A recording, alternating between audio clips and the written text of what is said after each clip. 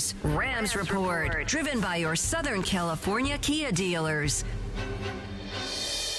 It's the Kia Season of New Traditions sales event. So don't just hang your own lights. Venture out and look for the northern lights. Drink cocoa on the beach. Or be a drive-by karaoke caroler. Because every new Kia comes with a 10-year, 100,000-mile limited powertrain warranty. So you can take holidays to places they've never been. See your local Kia dealer or visit kia.com to learn more. Kia, movement that inspires. See Kia dealer for warranty details. Event ends 1/2/26. Hey everybody, it's Cap. Is it time to sell your home? Whether you're downsizing, moving, or inheriting a property, call Seller's Advantage. With decades of experience, they offer custom cash solutions and can close in days. No repairs, no agents, no hassle, just a great offer that gives you peace of mind. Call 888-390-AS-IS or visit sellersadvantage.com. Don't worry, sell happy with Seller's Advantage. DRE number 01961658. Don't worry, sell happy with Seller's Advantage. Mason and Ireland, the OGs of LA sports talk. I trained my chat GPT to address me as Mace, M-A-S-E, Mace. Okay. When I put a message, please refer to me as Mace. You're good enough. You're strong enough. Yes. And gosh darn it, people like me. People like you. Mason and Ireland, weekdays at noon on 710 ESPN, the ESPN LA app, and on YouTube at ESPN Los Angeles. Hi, it's LeBron. The Lakers play here. 710 ESPN. KSPN, Los Angeles. A Good Karma Brands radio station. This is Lakers Talk on 710 ESPN. It was a back-and-forth battle in Phoenix on Sunday night, but the Lakers bench came up big and helped push the Lakers to victory. Game over. Lakers win. 116-114 after one of the craziest games we've done all year. Our bench won us the game tonight. It's that simple. Our bench won us the game tonight. Vando, Jackson, Gabe, Jake, everybody, our bench won us the game. The Lake Show visit Utah on Thursday, led by the living legend of LeBron. But if you would have asked the 18-year-old kid that came in, do you see yourself playing at 41? It'd have been hard for me to foresee that. So I'm super, super blessed. Lakers Talk is presented by Hoag Orthopedic Institute. When pain keeps you from doing what you love, Hoag Orthopedic Institute gets you back to you. Visit HoagOrthopedicInstitute.com to get the help you need today. And all new Lakers Talk is on right now. Here's Andy Kamenetsky. What is up, Laker fans? This is Lakers Talk. Andy Kamenetsky, ESPN LA 710. Thanks to everybody for being here, for listening, for watching, for both. Some of y'all like to double dip in and out of the radio and the YouTube stream. However you are taking in Lakers Talk, whichever night you are taking in Lakers Talk, whichever time you are taking in Lakers Talk, because we are often moving about, as 710 ESPN, you all know, is the home of the Lakers. It is the home of the Rams. It is the home of the Kings, USC. We have bowl coverage coming up in December and January. These are all awesome things that do lead to Lakers Talk and me and DeAndre and Funchy moving all about the place, and you all stay with us in the traveling circus. Don't forget each week. the NCAA championship, the NFL draft. Too. NFL. Oh, wow. I wasn't even getting that far ahead into 2026 beyond the bowl games, but you are correct. There's always something going on right here on ESPN LA 710, which means that Lakers Talk will sometimes move about, and we appreciate everybody for being here. A lot to get into today. We are going to talk about the reemergence of one Jared Vanderbilt, arguably the hero of Sunday's win over Phoenix, 116-114. At the very least, he was the surprise impact character of the story, even if JJ had been somewhat hinting that Vando could be getting some minutes. He played just 15, but his impact, you could argue, swung the game. It definitely shaped the game for the Lakers. Is he back in the rotation? I'd say he better be, but we will get into that. I know DeAndre and I had a lot of heated discussion about Vando last week, so we're going to revisit some of that. I also had some interesting thoughts from JJ at practice today. The Lakers got together today in El Segundo. They had Monday off. They were all in a very good mood because Luka gifted all the players, the coaching staff, basically the entire Lakers organization, these very high-end e-bikes, like electronic bikes, the bikes that they're essentially like a motorcycle. Like you don't have to pedal them if you don't want to. You do, I believe, have to wear a helmet when you're not working as hard, huh? All the work and all the fun is gone. Huh? You can pedal. Like I believe. I'm not an expert. I've never been on an e-bike before. I have never been on an e-bike. I'll be perfectly honest. I know very little about e-bikes. DeAndre, have you ever been on an e-bike? I've been on an e-bike. I actually went on one when I was in San Diego. I took it around the beach and everything. It was awesome, man. So now, can you pedal on them? You can. Okay. You can pedal on them. So it's both. Like it can do the work for you and you can pedal. Correct. Either way, Funchy, you looked it up. You said the retail for these were about $6,000. Yes. Right. And reportedly, Luka purchased about 100 of these. So woo! You did the math. You're talking about a $600,000 expenditure by Luka. So Luka Claus I hope he got a deal on him. He probably did, but I guarantee he did not get a $600,000. Apparently, our very own Johnny I, got one too as well. Michael Thompson? Can't imagine Michael Thompson trying to ride an e-bike. What? Yeah. Michael Thompson on an e-bike. He and Ireland, we need to do a video of Ireland and Michael on their new e-bikes. That would be fantastic. That would be hilarious. That would be. Am I nuts or is this e-bike crazy? 877-710-ESPN. If you think an e-bike is crazy, but Luka Claus doing the franchise right as the new face. It's really good stuff. But I asked some questions to JJ and to Gabe Vincent and to Jake LaRavia about maintaining the urgency and the physicality and the defense in the win over Phoenix. Some interesting thoughts from them that we're going to share. Dalton Connect, along with Adu Thero, just got sent down to the G League. They're playing tonight, actually, the South Bay Lakers. For Adu Thero, nothing to see here. For Dalton Connect, perhaps. So it could be something to see. We'll get into that. Yesterday was December 15th, which means a large chunk of the league that signed free agency deals or extensions, they're now trade eligible. How will that affect the Lakers potentially? What and who should they be targeting? Can they be targeting? As the trade season is now officially open, get into that. 6:30, we're going to be talking with Kobe Price from the Southern California News Group. He's with the Lakers everywhere, travels with them on the road. He's at every practice. Saw him earlier today. You can follow him on Twitter at Kobe, KHOBI_Price.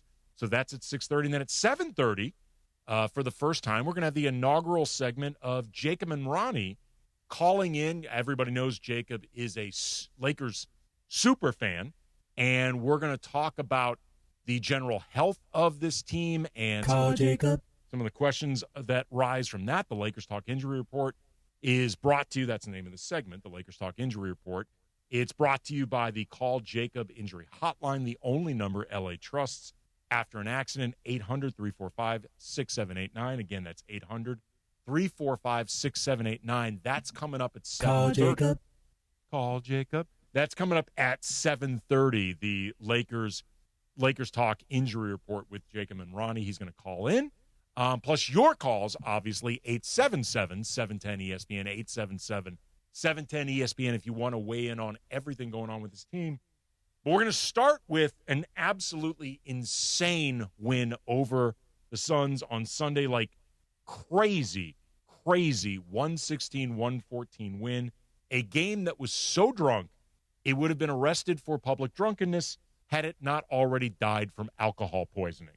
Like, this game was just absolutely out of control. There was no Austin Reeves dealing with a calf strain. I'm guessing he's going to miss at least the next two games, which created issues for the Lakers. But honestly, with all the other waves, arms around going on, you kind of forgot Austin wasn't even in this game. Or at the very least, it took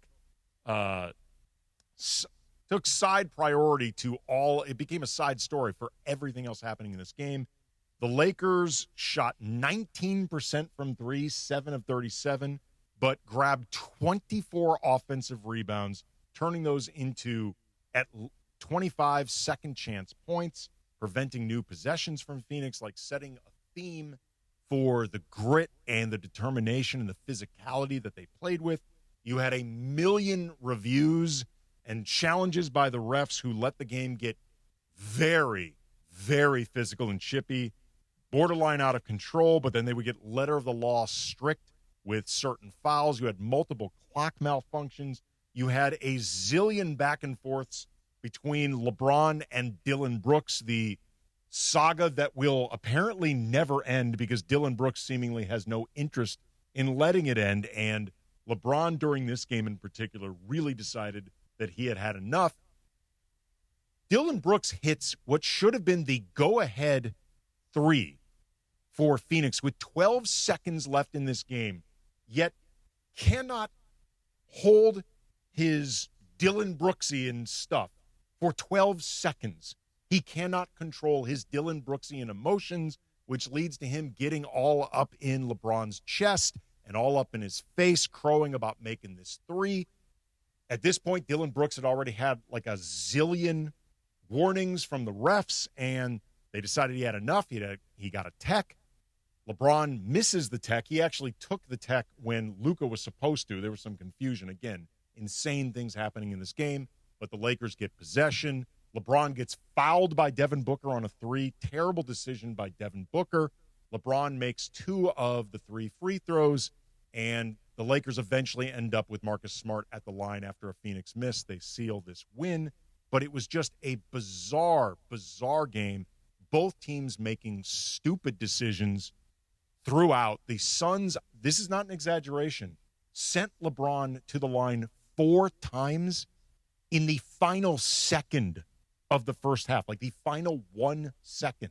They sent LeBron to the line 4 times. The Lakers blew a 20-point lead with about 8 minutes to go because they basically stopped running their offense. They started running a prevent offense. They started making bizarre decisions with the ball.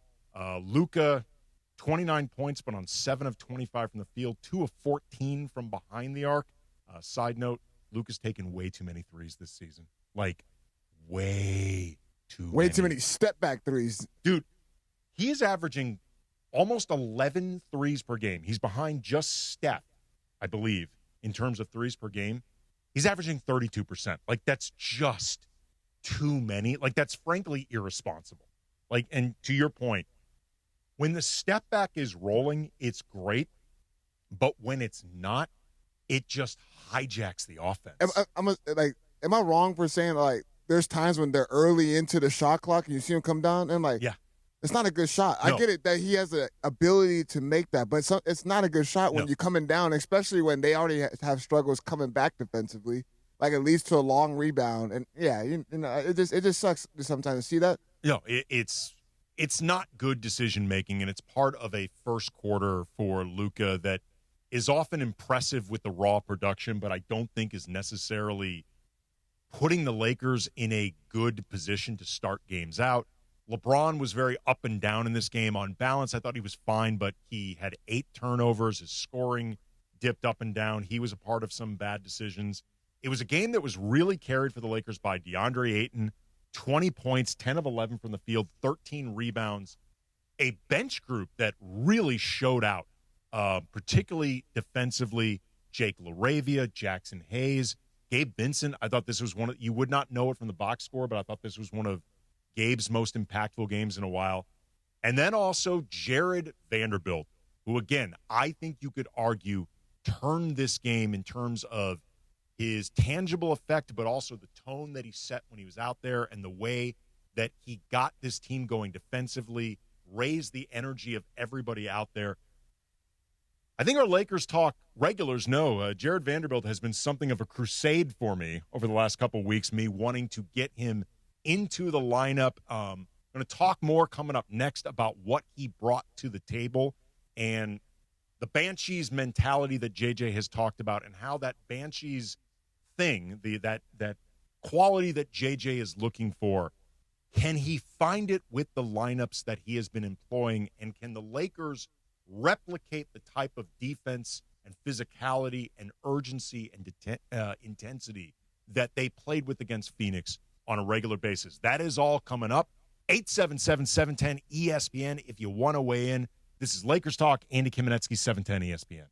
DeMarco and Travis. Z, I'm trying to touch this thing. Running afternoon drive on ESPN LA.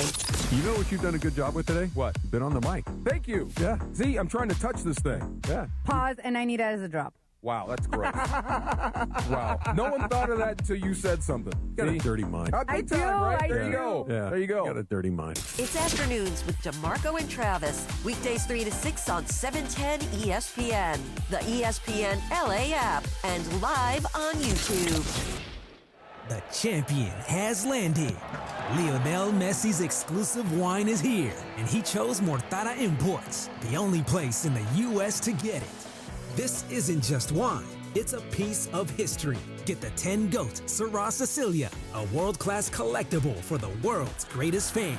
Don't miss this winning opportunity. Pre-sale is happening now. Go to messywine.com. That's messywine.com. Own the legend. Sage Spa gift certificates fit perfectly in a stocking, especially mine. Now your top reasons to visit Morongo. Bowl season has begun. Bring your crew, drink some brew, catch the view at Sideline Sports Bar. Number 2. Mosen's Happy Hour. Half off bar bites, beer, wine, and cocktails. And the number 1 reason. Morongo's New Year's Eve Regency Ball. Party into the new year with $50,000 in free slot play and prizes. Morongo, good times. The holidays are here, and Amazon Pickup is your MVP of package pickup. Need that perfect gift, like a brand new jersey for the big game? With Amazon Pickup, you can grab your order from secure Amazon lockers or counters near you on your schedule at no extra cost. It's fast, it's easy, and it keeps your holiday surprises tucked away safely. Amazon Pickup makes holiday shopping worry-free. Find your nearest Amazon Pickup location at amazon.com/pickupmvp. That's amazon.com/pickupmvp. That's the ease at which you get information. You want it, you get it. Like that. Ask your phone. Group chat. Smartphone. You're always connected and informed in real time. No waiting. So if you're diabetic and still using finger sticks to read your blood sugar, what are you waiting for? Knowing your blood sugar levels instantly is important for managing diabetes.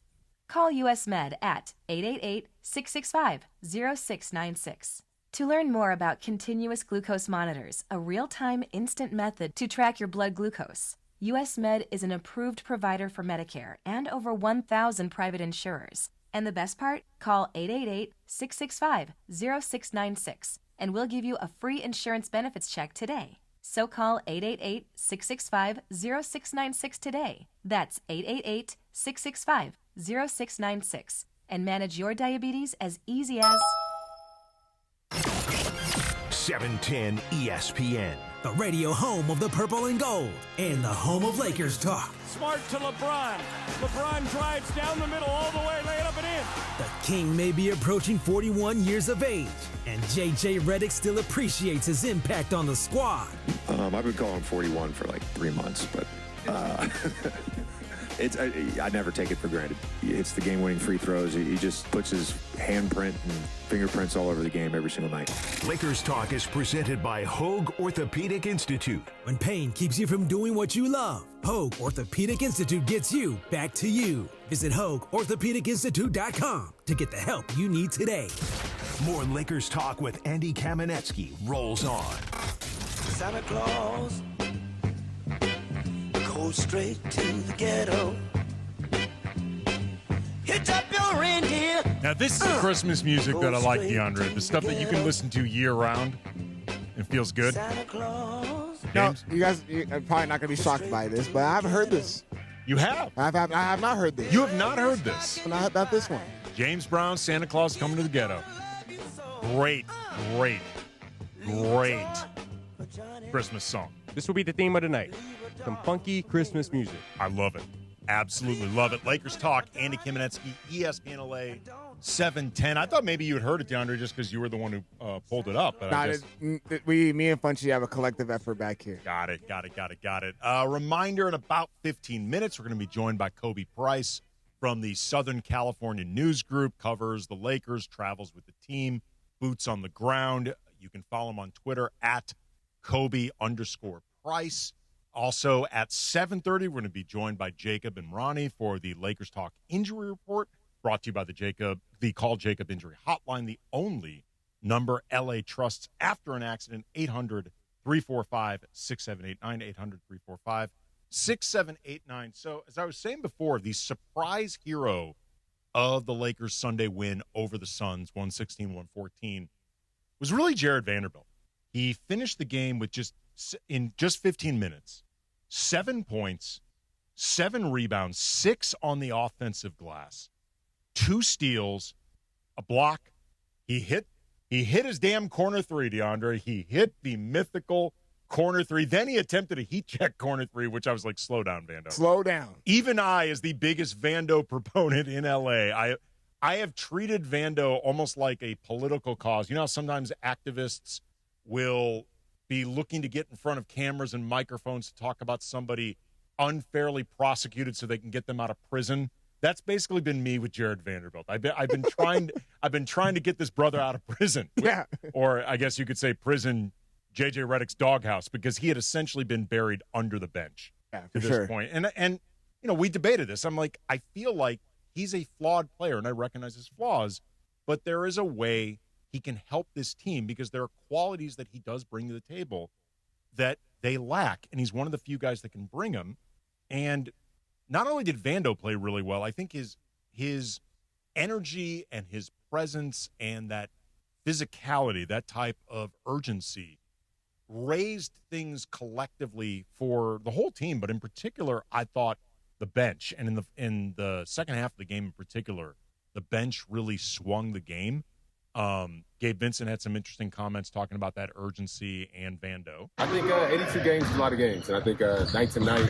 Excuse me, just to set this up better, I asked Gabe, what are the challenges of playing with that type of urgency over an entire season? What makes it difficult? Because they all know this is what they have to do. I think 82 games is a lot of games, and I think night to night, we see the same teams. I think we saw them in the preseason. We've seen them 4 times during the year. We may see them play out. There's many scenarios where we see the same group. Sometimes you need to be inspired. Not necessarily from external, but from within. Whether it's Vando coming in with a spark, or Maxie Cleveland coming in for big minutes, or Marcus getting on the floor for a loose ball. There's many forms of inspiration this team needs, and it comes different each night. But Vando was huge for us against Phoenix, and we're going to more that. And the question of Vando, DeAndre, and you and I were talking about this a lot last week, it gets to the question of how JJ wants to use his lineups and what he wants from his lineups. We've talked about assuming he can actually stay healthy and on the court, and eventually Austin Reeves comes back, and you've got your full choice of starters. That idea of Marcus Smart starting alongside Luka, LeBron, Austin, and DeAndre Ayton, adding some defensive balance to a group that's already pretty potent offensively, as opposed to having the fifth starter be Rui, which is your 5 best offensive players, but it's more imbalanced, both for that starting lineup, but then also the bench, which is fewer of your guys that can actually score, more of your one-way players that skew defense. And I asked JJ during practice today whether his philosophy with floor combinations, if he prefers to double and triple on strengths, seemingly like what he's doing starting 5 of Luka, LeBron, Austin, Rui, and Ayton, or if he prefers to try to find balances, and how much of that is dictated by overall basketball philosophy versus the players on the roster. Here's what he had to say. It's more specific to matchups, to be honest with you. There are some teams that we've seen it, where we played 4-on-5 offensively when we've had a more defensive-minded player on there, and that's not the right balance either. So, again, we haven't been able to have a sustained stretch of health to really work all this stuff out, and so game to game, it's felt very piecemeal. I do think, the Banshee mentality extends to the offensive end, and for like Vando, the other night, I think is a blueprint for him, and for that sort of mold of what we're looking for is defending and disruption within our schemes. and then, crashing and just getting extra opportunities.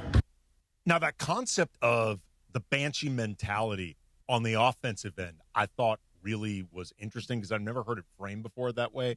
Like, typically the Banshee stuff is like Luka and the Banshees. It's Luka and then all of the defense first guys creating chaos defensively, and then Luka generating whatever offense for all of these lesser offensive players. But it hadn't been really framed through offense. And I asked JJ about the challenges of finding that mentality on offense, and I thought this response was really interesting. Yeah, I mean, we've got the Banshee board, and there's a lot of offensive things on there, to be honest with you. Screening is one of those things, offensive rebounding. The thing that we come back to, I would say very often with our offense in general, and particularly against certain opponents, is, our effort on offense has to be the difference maker in the game. At times it has been, at times it hasn't been. The other night was a great example of it being the reason I think we won the game. We didn't have some offensive lineups out there. We couldn't run anything in the last 3 minutes, which is something I got to clean up. Not having AR out there as the other ball handler. I think Luka was gassed and just literally refused to bring the ball up. So it's having AR will help with that. But those last 4 or 5 minutes, we've now seen it pop up in 3 games where we just haven't been able to run offense and can't even get into sets. 2 guys will know what we're running, and the other 3 guys are so distracted by pressure or switching that we ran a variation of 77 that was not called, where everybody was 40 feet away from the basket in the middle of the court. So I'm just going to start calling that 77 cluster, and we'll see if we can get an advantage out of it. First of all, that was absolutely hilarious from JJ. Perfect delivery of that punchline at the end. But I want to come back to this, DeAndre, later on in the show, the idea of that Banshee mentality offensively and playing with that sort of physicality on the offensive end, and whether the best players on this team offensively are actually equipped to do that. And then we also have a question from the YouTube chat that we can touch back, on the other side. But Mr. Alvizi asked, AK and D, I'm interested in your thoughts on trading our expiring and picks for solid role players like a Kelly Oubre. Okay, we will definitely get into that during, if nothing else, the second hour. But before we break, and then we'll have Kobe Price from the Southern California News Group. Gustavo in La Puente, you're on Lakers Talk. What's up, Gustavo? Yeah, so I just feel like the leash that they put on Vanderbilt is too short. At the last game, we were up by a good 20 points, and as soon as you bring, I know he has to rest, but they never went back to him. Can anybody explain that? Well, I appreciate the call there. I appreciate the call there, Gustavo. Tired? Keep me out there. I think honestly the reason they took Vando out was there were back-to-back turnovers from Marcus Smart and then LeBron, where they were both trying to get Vando the ball and shots and a basket, I think as a way of celebrating him being back and essentially giving him his props and dapping him up during the game. Really what they needed to do was just give him the game ball in the locker room and just run your sets. So the Lakers had back-to-back turnovers that way. I believe Phoenix scored on both of them. Then Vando had the heat check corner 3 that did not work, but also them kicking out to Vando. I think JJ may have recognized, okay, they're trying too hard to do right by Vando. We need to actually get back to running an offense. Then once things started spiraling out of control and you need to score, Vando's not the guy you necessarily want on the floor. Okay, why in that action when Marcus Smart comes down and he kicks out to Jared Vanderbilt? Jared Vanderbilt is more than capable of 1-2 dribbles. And the way the defense is sagging off of him, why not try to get to the lane and then kick out? And that's where you get a more fluid movement, more ball movement, all that stuff. Instead of him just spot up in the corner and shooting, like, I have take to those agree. 2 to 3 dribbles. I mean, look, they don't come up with creative actions for Rui in the corner or what to do with him, and he's actually a really talented offensive player. If they're not going to come up with creative stuff for Rui, they're definitely not going to come up with creative stuff for Vando.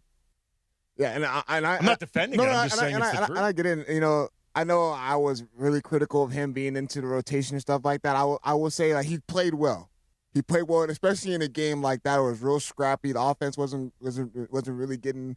Luka shot 2 of 14. LeBron had early turnovers, so like they really won that game just off their scrappiness. The second chance opportunities, like that's really why they won that game. And again, I would say he played really well. And like JJ said it perfectly, matchups. It's all about matchups. So it was perfectly for that game. Yeah, and we definitely, too, I want to talk with you about that offensive Banshee mentality that I thought was really interesting. But coming up next, going to talk with Kobe Price, covers the Lakers for the Southern California News Group. He is with the team all the time.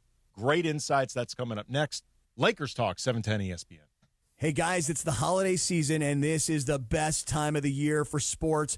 We got bowl games, we got basketball, we got playoff pushes. It's all happening at the same time of the year. And while you and I are out here making decisions every day, what gifts to buy, who we're going to buy them for, what we're going to eat, which game to watch, there's one place where it feels so good to be right, and that's Prize Picks. We got a brand new feature here on Prize Picks. It's now the early payouts. If your lineup gets off to a hot start, you may now have the option to cash out those winnings before the game even finishes. So it's kind of like, do you want what's behind door number 1, or do you want to play it out and see what's behind door number 2? Download the Prize Picks app today and use the code KAPPY, K-A-P-P-Y, to get $50 in lineups after you play your first $5 lineup. That's code KAPPY, K-A-P-P-Y, to get $50 in lineups after you play your first $5 lineup. And remember, follow me at Scott Kaplan on Prize Picks. Prize Picks, it's good to be right. Have you heard the refinancing rule of thumb that says you have to drop your rate at least 0.5% to refi because it'll take several years of savings to recoup the closing costs for a refi? The Loan Exchange says the rule is nonsense. With a Loan Exchange free closer, you can lower your rate without paying any cost whatsoever. That's right, lower your rate with no cost and your balance doesn't go up. You start saving on the first day you have the loan and every day thereafter. If you decide to move next year or rates drop further, you can exchange that loan for another without losing $1 that was tied up in closing costs. Today's 15-year fixed free closer rate in APR is 4.99%. So if your current mortgage rate is higher than 4.99%, give the Loan Exchange a call at 855-752-9944 or log on to theloanexchange.com. It won't cost you a thing. NMLS 1637539. Loan subject to credit approval. See website for licensing information, loan terms and conditions. Equal housing lender. Call 855-752-9944 or visit theloanexchange.com. Every 40 seconds, a child is reported missing. That's 2,000 children every single day. It's a heart-wrenching reality that we can no longer ignore.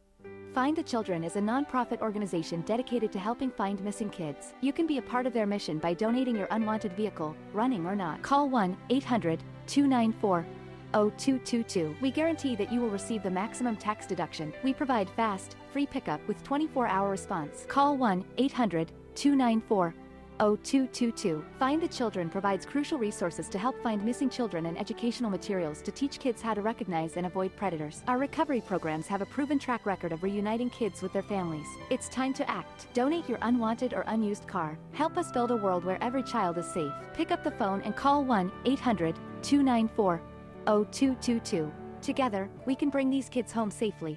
This advertisement was paid for in partnership with Cars R Us and Find the Children. More Lakers talk with Andy Kamenetsky rolls on. LeBron and Dillon Brooks have had some run-ins in the past, and it happened again on Sunday night. What do you think of his approach when he plays your teams in particular? I just like to compete. He's going to compete. I'm going to compete. We're going to get up in each other's face.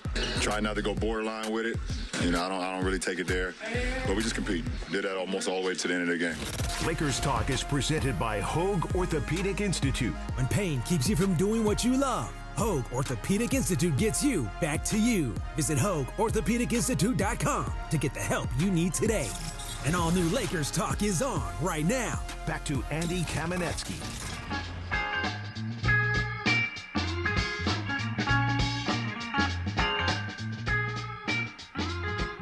Lakers Talk, Andy Kamenetsky, ESPN LA 710 We are joined by Kobe Price from the Southern California News Group. He is with the Lakers on a day-in, day-out basis, travels with the team, covering road games, boots on the ground at practice. Great coverage of the team. You can follow him on Twitter at Kobe, KHOBI _Price.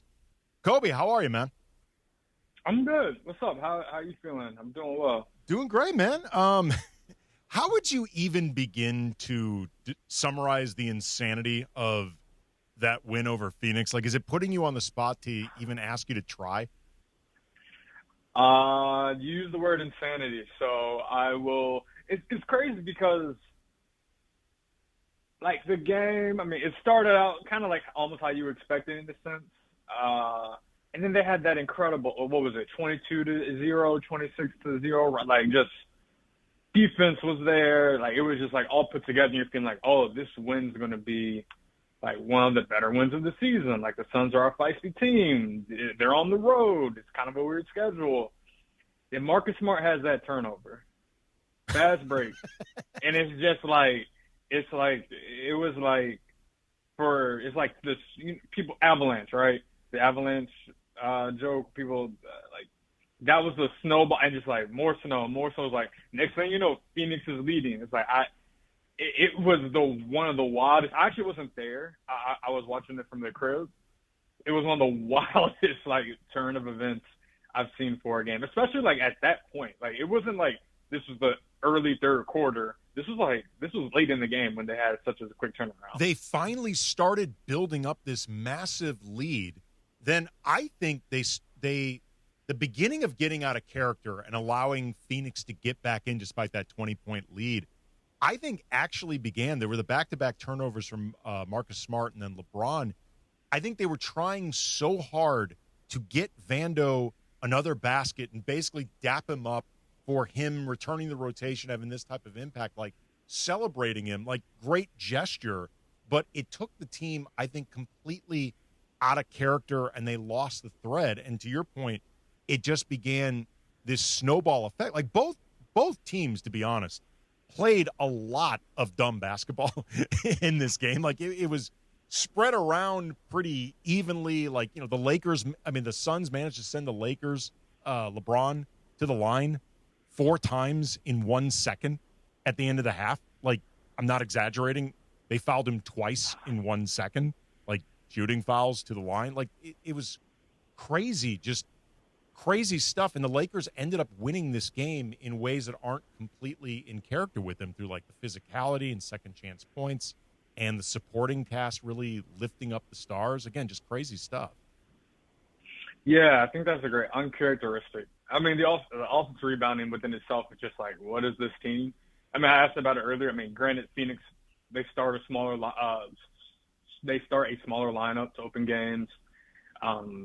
So that plays a part of it. But when you're playing Vando, like, we know what DeAndre Ayton can get some offensive boards. When you have Vando and DeAndre Ayton, like the combination of the two at various points in the game, I mean, that's going to help a lot. And then especially if you're playing Vando next to another big man.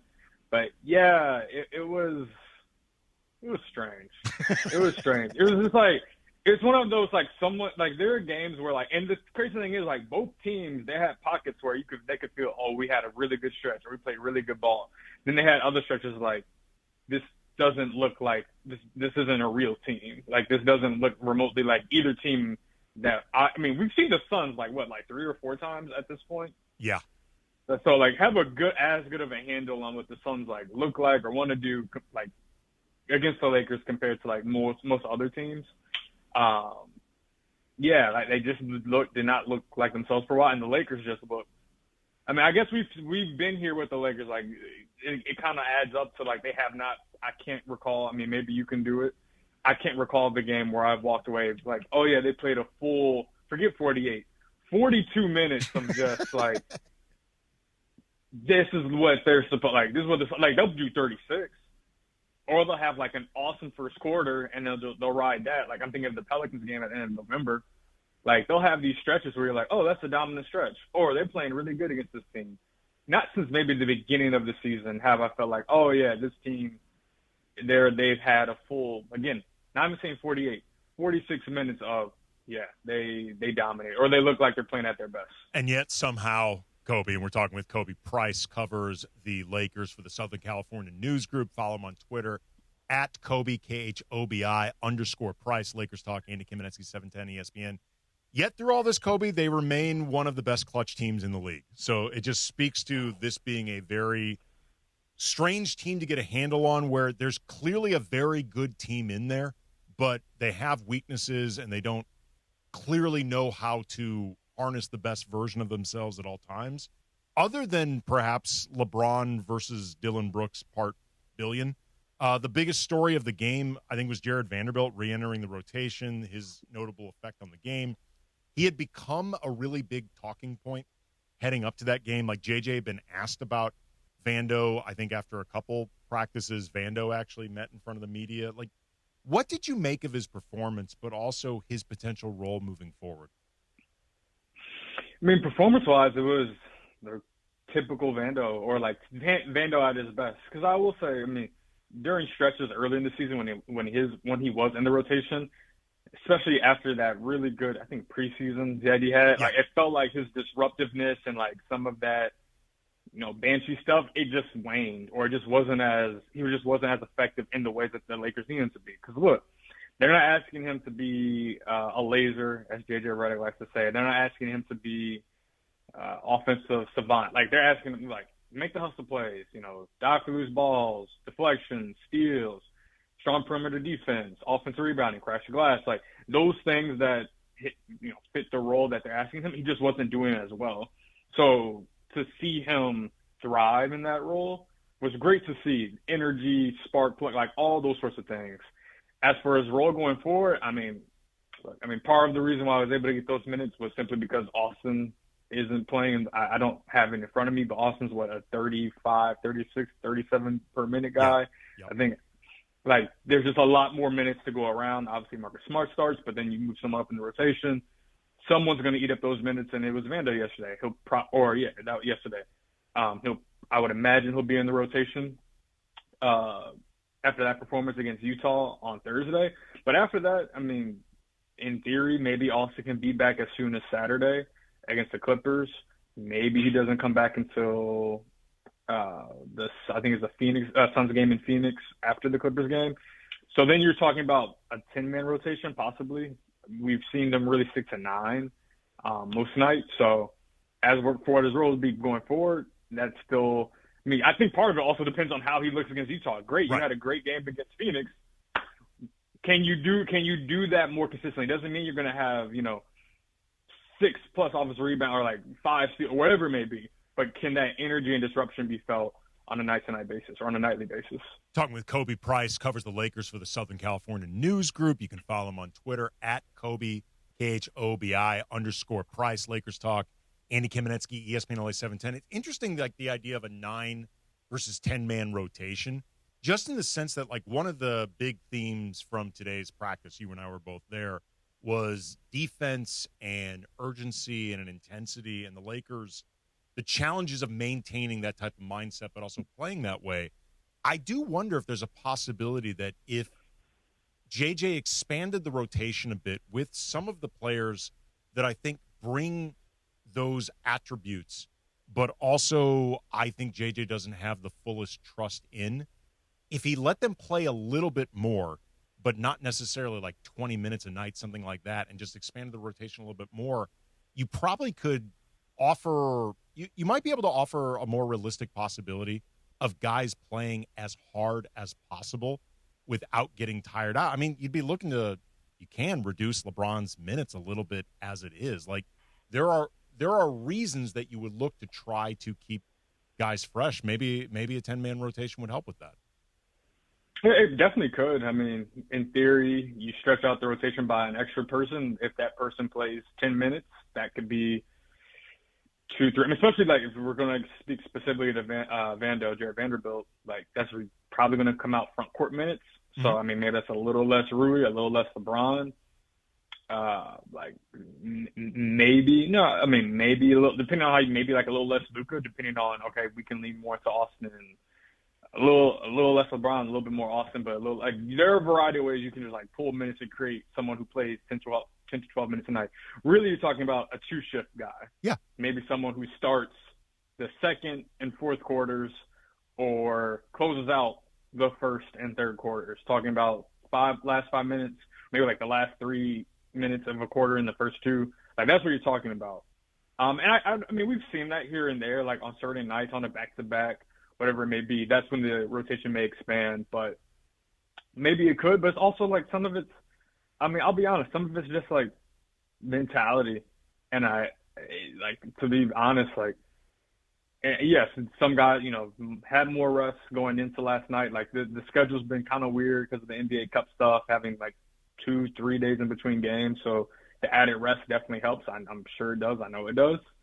But there's also some guys are just more equipped to bring that urgency, to bring that energy, especially defensively. And that's simply their role. Like, for instance, like Marcus Smart started yesterday. He's more equipped to bring that urgency. I mean, you saw the first couple plays. He's more equipped to bring that urgency and energy defensively than anyone else who's currently anyone else who's been a full-time starter for the Lakers this season. I think that's fair to say. Yeah, absolutely. And Jake LaRavia actually summed it up pretty well today when talking about like effort, urgency, that ultimately it's on every player to just do this themselves, like to take it upon themselves to play that way. Like he said, there's nothing the coaches or my teammates can say to make me do that. The flip side is Jake LaRavia is somebody whose station in the league requires him to play that hard. Vando has to play that hard. Smart has to play that hard. Jackson Hayes has to play that hard. This is how they stay in the league. There are other guys that frankly don't have to and can still, be stars or have very, very good careers because of their different skill sets. So there's interesting contrast between all those guys. 25 games into this season, Kobe, what gives you the biggest reason for optimism with these Lakers, and what gives you the biggest reason for pessimism? Biggest reason for optimism? They're flirting with the potential. Flirting with the potential. That's like double flirting, right? I'm flirting and there's potential. I'll repeat it. They're flirting with the potential of being like a top 5 offense, like on a nightly basis. I mean, there are things that need to be cleaned up. But there have been pockets where it seems like, especially when Luka's been able to get off to these top starts, the team's organized, they're running their sets well. Like it seems like, this looks like what we thought it could look like, even with LeBron missing the first 14 games, really trying to find his legs, and just find his rhythm, find his win up to this point. There have been pockets where it's been like, oh, that's what it looks like when you have Luka, Austin playing at an all NBA level, not just all-star level, all NBA level, and LeBron leading the way. So that would be the reason for optimism. I mean, and I said this even preseason. Look, if there's one reason to be optimistic beyond the big three, one reason to be optimistic about this Lakers team over teams like, and this kind of has shown itself in the actual season, when they were like kind of grouped into like the Warriors, the Clippers, like that group, they have the best player who's in their prime. Yeah. Theoretically in his prime. And that historically in the NBA, that means something. Like that usually means something. They got all the previous teams that have contended for a title, won a title. Usually they have one of the best players in the league in or around the prime of their career. And the Lakers have that in Luka. So that matters for something. Pessimism, boy, that perimeter defense was rough. And the athleticism and the urgency, the lack of urgency doesn't, the lack of urgency, how much it wanes on the defensive end, just how much sometimes like it feels like the Philly game was like perfect game of this to me, perfect example. It'll just take them so long to like find their rhythm, find their gear on that end of the floor. That's concerning to me. Last question for you. Yesterday was December 15th, which is the official kickoff of trade season, just because the majority of the league at this point is now trade eligible, guys that signed contracts as free agents, extension. And there's still a few guys, notably Herb Jones for Lakers fans, who is not going to be trade eligible till January 15th, but the majority of players now are. How active do you expect the Lakers to be if not right this second, as we get closer to the deadline and trade season in general? I mean, I expect them to be active in discussions, calls, whether that leads to an actual trade. I mean, what's the deadline? February 5th? February 5th. 6th? February 5th. February 5th? Okay, yeah.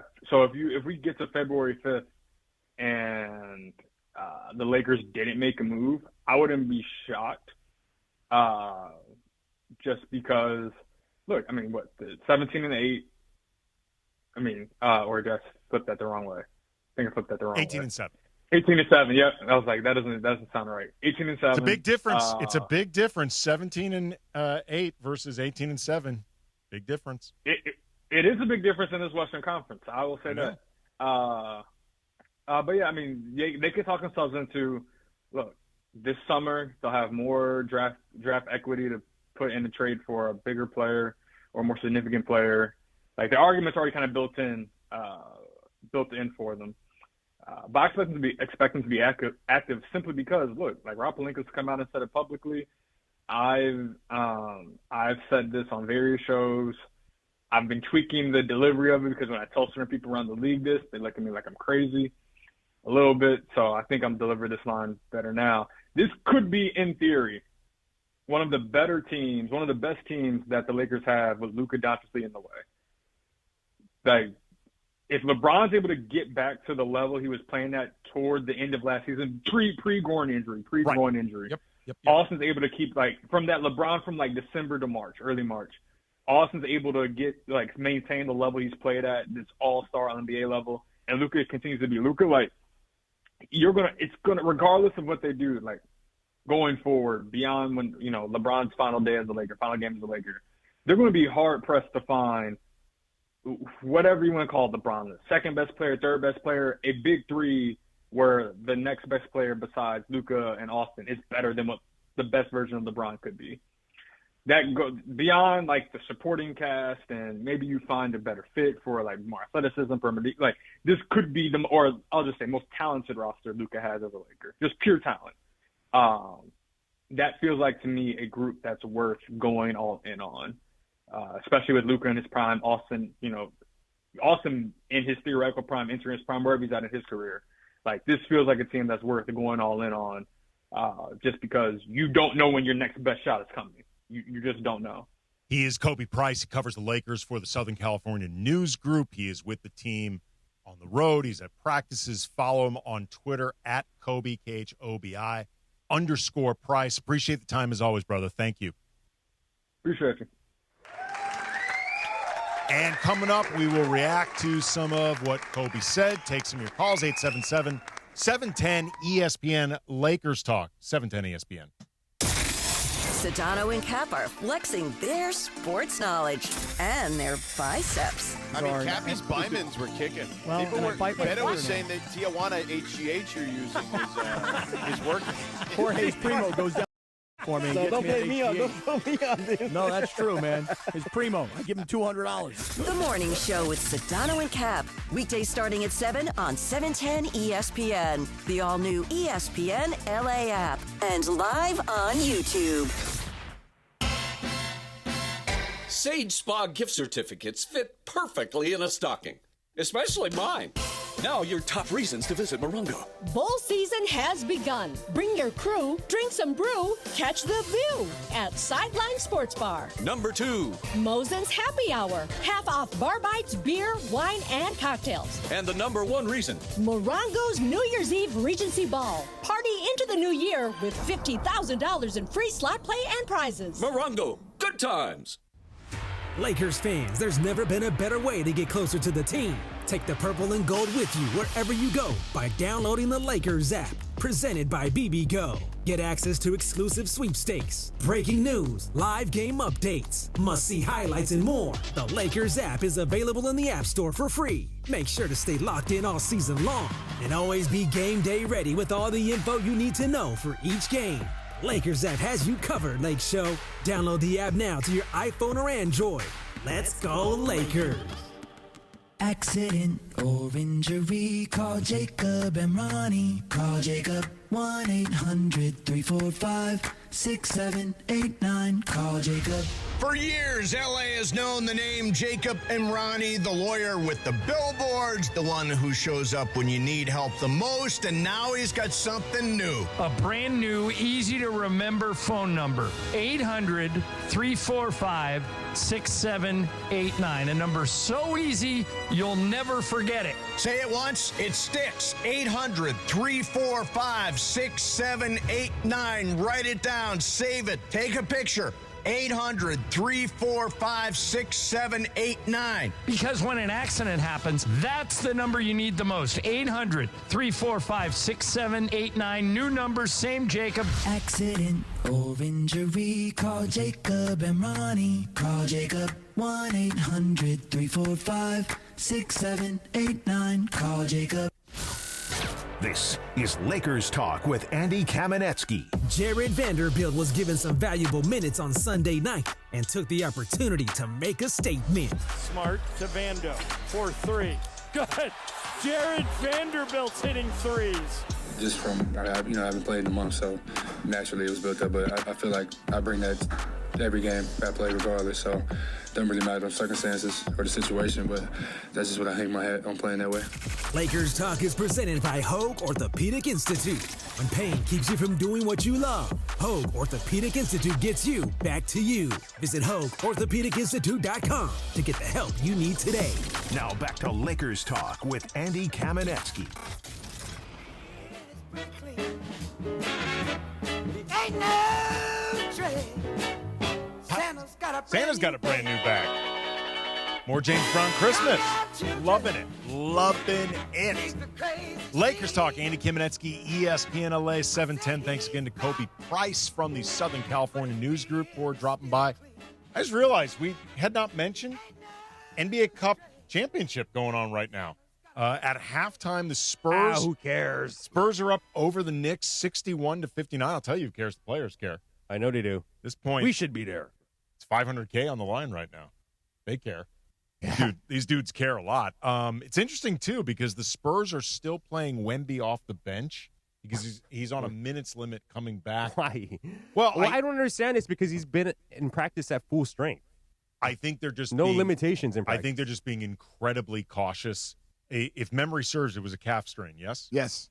Oh, you're going to be super, super cautious because, unfortunately, calf strains in the year of the Achilles tear gets teams very, very nervous. Like, hopefully, Austin Reeves' calf strain, which sounds like it was fairly mild, like if they're putting his timeline as a week or estimated as a week, that's fairly mild, but teams do not F around with calf strains at all, particularly if that calf is attached to the leg of Victor Wembanyama.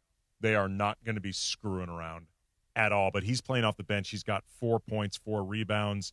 The Spurs are being led in scoring by Devin Vassell, 12 points. The Knicks, OG Anunoby with 20 points, 8 of 10 from the field in the first half. Jalen Brunson, 15 points, 6 of 15 from the field again. Someone loves being in Vegas. The Spurs are up over the Knicks, 61-59 NBA Cup Championship. Mitch in New Jersey. You're on Lakers Talk. What's up, Mitch? What's poppin', guys? Happy holidays. You as well, man. Bunchy, DeAndre. You too, AK. Thanks for taking my call. Yep. I'm hoping you're understanding me because my accent, I know, is a bit of a Mitch, problem. we do it every week, It's a bit of whether a we problem. understand you or not, man. We just want you here. I love Luka's game. And he's great. He's much better than Ben Simmons, and he loves to shoot. But he's great when he gets everybody involved. The way he gives assists, the way he no-look passes. I mean, you don't want to go out of your way to do no-look passes. The way he gets the other guys involved, I think we would have easier times. We wouldn't have these close games. And one more thing. Can Connect get some minutes, please? Well, I appreciate For the a call. year too, right? Well, I appreciate the call there, Mitch. If you're not aware, we're going to talk about this a little bit in the second hour. Dalton Connect actually just got assigned to the G League. They're playing a game. It might be going on right now as we speak. I know it was happening today. JJ said he wants Dalton to get some run. Dalton needs to play. This is an opportunity for him to get some extra run. I don't know if he will be rejoining the team when they go to Utah or next few upcoming games. I honestly don't know. JJ was not specific about it. They do have a game tonight. They're playing against, I believe it says San Diego. I believe it's San Diego. Superchargers? Yeah, I don't know. You're right. But it says San Diego, so they. I have no idea who the San Diego G League team is, but Dalton's playing in that. I know Bronny's going to be playing in Duthero, Nick Smith, the other two-way guys. Reset the San Diego Clippers. I was going there, but yeah. Let's just grab the low-hanging fruit while that team's like, I don't know, 100 games below 500. We might as well just pile on with them. But I do think Mitch raised an interesting point, though, just about like balance with Luka. And I think the first quarters in particular raise an interesting question about balance, just because his first quarters, and this has been a pattern of Luka's that predates the Lakers. It was going on with Dallas. We saw it with Team Slovenia. Luka really likes to take over the beginnings of games, set the tones, I think try to soften up the defense, put it on its heels. They start making adjustments that open up options for his teammates. And it's not like Luka does not involve his teammates. But I do think sometimes the way he approaches this stuff can make it so the other guys take a while to get into rhythm. But also, too, it makes it so Luka is kind of the arbiter and gatekeeper of his own shot selection. And I think you would agree with me, DeAndre. It's not always the best selected.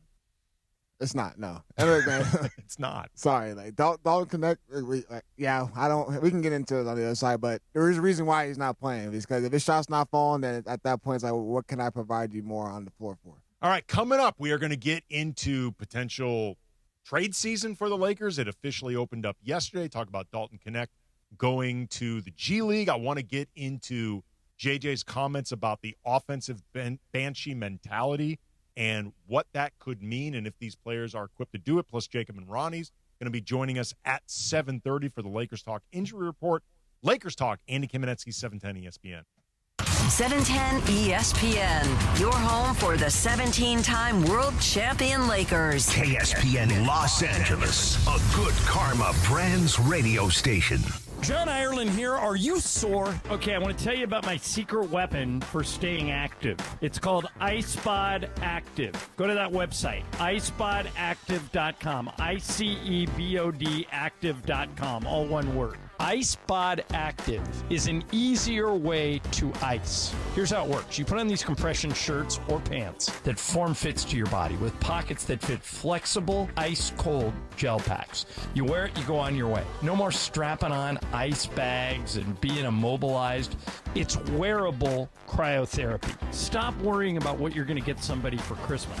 Go to iSpotActive.com and you're taken care of. If they don't like it for any reason, 30-day money-back guarantee. But my guess is you're not going to return it. Everybody I know that has bought one of these things truly loves it. Inventory is going fast. And if you use the coupon code LA710, you get 20% off till the end of the year. Get yours today. You won't be sorry at iSpotActive.com.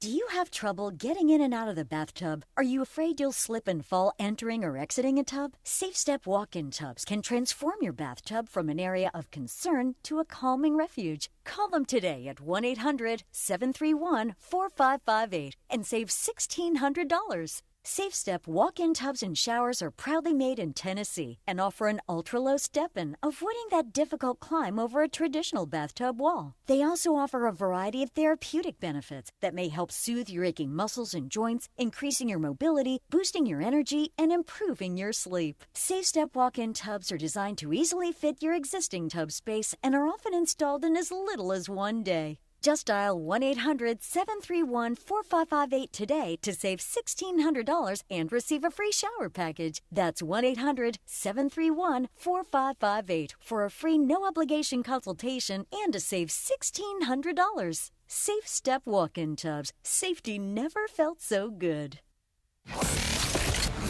This is Lakers Talk on 710 ESPN. It was a back-and-forth battle in Phoenix on Sunday night, but the Lakers bench came up big and helped push the Lakers to victory. Game over. Lakers win. 116-114 after one of the craziest games we've done all year. Our bench won us the game tonight. It's that simple. As our bench won us the game tonight, Vando, Jackson, Gabe, Jake, everybody, our bench won us the game. The Lake Show visit Utah on Thursday, led by the living legend of LeBron. But if you would have asked the 18-year-old kid that came in with, do you see yourself playing at 41? It'd have been hard for me to foresee that. So I'm super, super blessed. Lakers Talk is presented by Hoag Orthopedic Institute. When pain keeps you from doing what you love, Hoag Orthopedic Institute gets you back to you. Visit HoagOrthopedicInstitute.com to get the help you need today. And all new Lakers Talk is on right now. Here's Andy Kamenetsky. Lakers Talk rolls on for another hour. Thank you to everybody for joining us, for listening, for watching, for both. Very much appreciate it. We were just talking before about Dalton Knecht going down to the G League. He is playing, I guess, as we speak, against whatever the G League team representing San Diego is. Is it the San Diego Clippers? So it is. Okay. So I thought for a second Reese was actually just clowning on the Clippers, like, oh, San Diego, like it actually is the Clippers G League affiliate. Correct. Yes. Okay. So they are. Funchy got it on TV for us. Oh yeah, Funchy's got it on TV right now. San Diego is up 4-3. Oh, check that, 6-3 over South Bay. I think that's Patrick Baldwin Jr. who might be in. I'm not sure. That is him. Didn't he play for the Warriors? He did play for the Warriors for a minute. Dalton Knecht is in the game. I believe I see Adu Thierry's in the game. Bronny's in the game. The Lakers just turned it over, so there's a lot going on with there. And I thought this was interesting when JJ was asked today about what he was looking for from Dalton with this G League stint, and why it was happening. He said, look, Dalton needs to play. And the inference there is he hasn't played much lately, and moving forward, he's not likely going to play a lot. We need to get him some reps. We will see if Dalton gets called back up to join the team for the Utah game, or whether they maybe keep him down, who knows. But either way, Dalton needs to get more game reps. But also, too, I thought this was interesting. He said Dalton needs to get back to having more fun when he plays. Like, he needs to be out there playing with fun. And I thought that was pretty revealing because, man, it's been a minute since Dalton looked like he was really comfortable on the court. And obviously, I think this has been exacerbated by the rescinded Mark Williams deal. But even before then, we were seeing Dalton slowing down in terms of, he shot out of the gate so hot, looking like he could be in the Rookie of the Year conversation, and that, the Lakers may have gotten like one of the gems of the draft that fell to him at 17.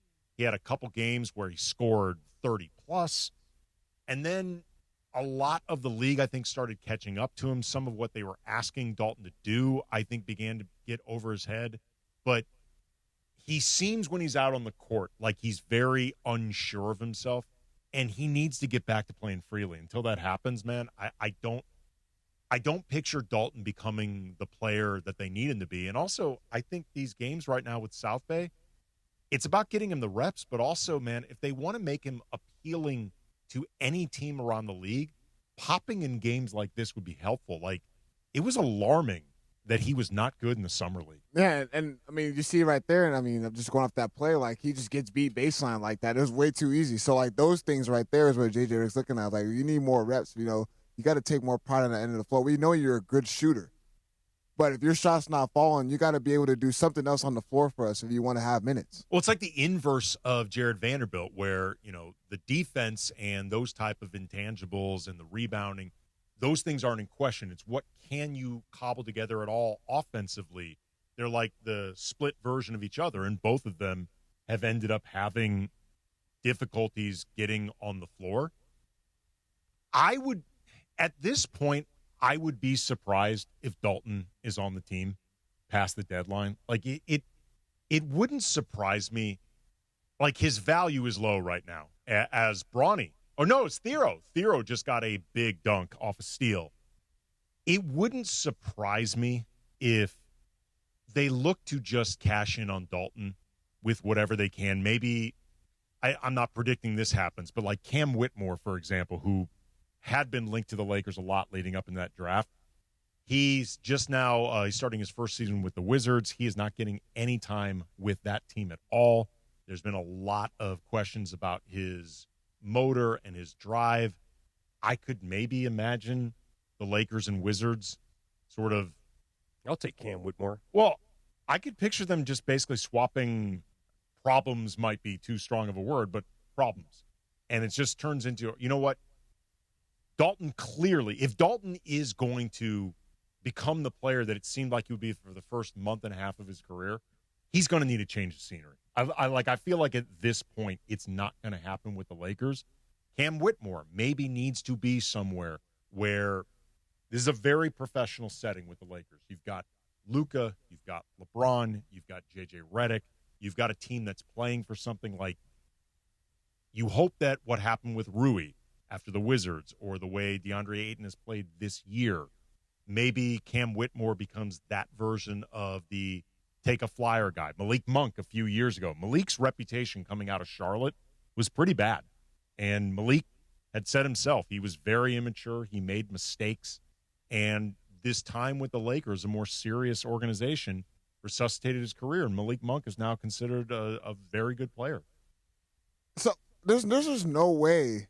I just like Dalton Connect is still feeling some type of way from that trade, with the Mark Williams trade. I mean, things happen in professional sports. Guys. When we look, like Lakers landed Luka Doncic, man. Like things happen. So it's like there's no way you can let that just dictate your game on the floor. I would like to think that you're right. I really would. And, like, I've actually directly asked Dalton about this. Like, you know, I remember it was a media day. I asked him, what is your comfort level with the franchise? You know, what happened last year with the rescinded trade, like, that's legitimately weird. Like, that does not happen. It's awkward. Like, he was actually in Charlotte, then sent back. Like, that is a weird thing. He said that his comfort level was good, that he was past all this. I don't know if that is still lingering with him or if at this point he just doesn't feel comfortable with the team. He certainly doesn't seem like he's found his niche on the court. But, like, look, when the league rescinded the Chris Paul deal, Lamar Odom never got past it. And Lamar had been in the league for several years. He had, you know, not just won a championship, he had been traded before. Like, he had been through it before, and Lamar could not get past it, and he demanded a trade. I get Lamar Odom not getting over it because he's been with the franchise for a while. And blah, blah, blah. Don't Connect was with the franchise for like 2 months. No, absolutely. Like, it's not apples to apples, and you're right that Lamar would have more of an emotional connection, and, you know, especially given everything that went on in Lamar's life and the lack of stability. And I think in a lot of ways the Lakers – serving as like a foundation for him and like a lack of a better way of putting it, like a safe space for him and how much being a part of this organization meant to him. I don't think he ever got past it. But my point is just he had been in the league a long time. Like he knew what this stuff was like. You know, Pau Gasol managed to get past it and move forward. Lamar never did. But I remember like Rajon Rondo telling me, and, you know, this was, he'd been in the league at least like 12, 15 years, that the trade deadline is nervous time for someone like him because, like, getting relocated sucks. Like, you know, imagine if one of us just got told you are being sent to Milwaukee for your job, and you got to pack up your bleep and go. Like, that's unsettling. And if there was like a month-long period where you had to wait that out, that could get on your nerves. And then imagine if you got sent to Milwaukee and then all of a sudden we're told, you know what, you're getting sent back to LA. Like that is a weird thing for him to deal with. I get that, you know, don't connect with that. And in last season, whatever, but then he's got to get past it. Don't get me wrong. He had a summer to get past it, and he also had months after the summer to get I think, honestly, if I had to guess, the problems with Dalton are less about lack of comfort with the franchise and more lack of comfort on the court. And, like, lack of, frankly, understanding a lot of what he's being expected to do. Like, it's not just defensively, DeAndre, it's offensively. Like, I feel like when he doesn't have the ball in his hands, it doesn't seem he looks lost out there. Yeah. Yeah, as simple as that. He looks lost out there. Well, it's interesting. Like, a lot of people, I think, thought of Dalton because he was 24 and he had been projected to be like a high lottery pick, that he was kind of a finished product. But the reality is everything that he did to build that buzz is, with Northern Colorado and then Tennessee, he had the ball in his hands a lot more. Like, he was not being used in college the way the Lakers have been using him. And it's interesting. He slid to them in ways that were completely surprising. They never worked them out. I wonder if they'd actually worked them out if they would have seen some of these things that are emerging now. I mean, I feel like it because going into that draft, like, I remember sitting in the studio when the whole draft was happening. I remember everyone saying that's a good steal for the Lakers. Like, that's a really good steal because no one understood why he dropped so low. But I don't know, maybe it's been proven that the reason why he probably did drop so low because the performance hasn't really been there. Yeah, it'll be very interesting to see how this shakes out moving forward. I'm starting to think like they may just move Dalton for whatever they can get, and hope that they can get a guy that if they need to, they can feel comfortable putting on the court for 10, 12 minutes if they had to. We'll see. But coming up next, I want to get into this question of the offensive banshee mentality that JJ had mentioned, like this idea of bringing physicality and that same type of urgency on the offensive end, and whether or not the Lakers' primary offensive players are equipped to play that way. I'm really curious to get everybody's thoughts on that. Plus your calls, 877-710-ESPN. If you are on hold, keep holding. I will get to you next. Lakers Talk, 710 ESPN. DeMarco and Travis, weekday afternoons starting at 3. I think I flipped out the first time I saw a real woodpecker. Oh, those are wild. Yeah. I'm like, he really does that. Yeah.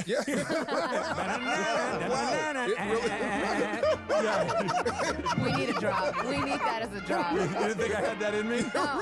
No. There you go. The DeMarco and Travis Afternoon Show. Weekdays from 3 to 6 p.m. on 710 ESPN, the ESPN LA app, and on YouTube at ESPN Los Angeles. At RusNatCars.com, 'tis the season to find the new you. As LA car shoppers know, this is the time of year to find the best deals. Thinking about starting 2026 in a new 2026? Get started today at RusNatCars.com and shop over 2,000 luxury vehicles, including over 100 special lease offers on brands like Land Rover, Audi, Mercedes-Benz, Porsche, and more. It's all in one place. RusNatCars.com. Your road awaits. Hey, Laker fans, are you juggling work and family, chasing big goals while keeping everything else on track?